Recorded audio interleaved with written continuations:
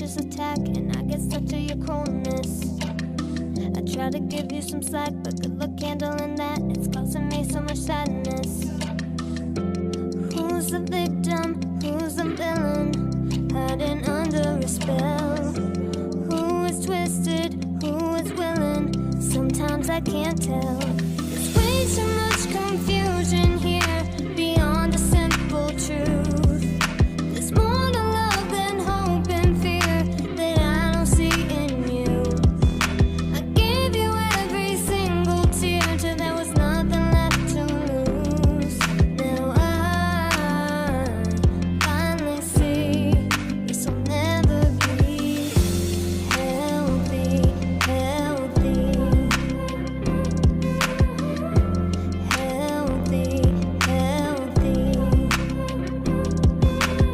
You took advantage of me so far that I couldn't see. I needed more than a stand-in.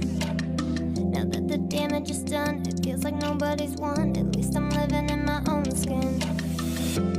Who's the victim?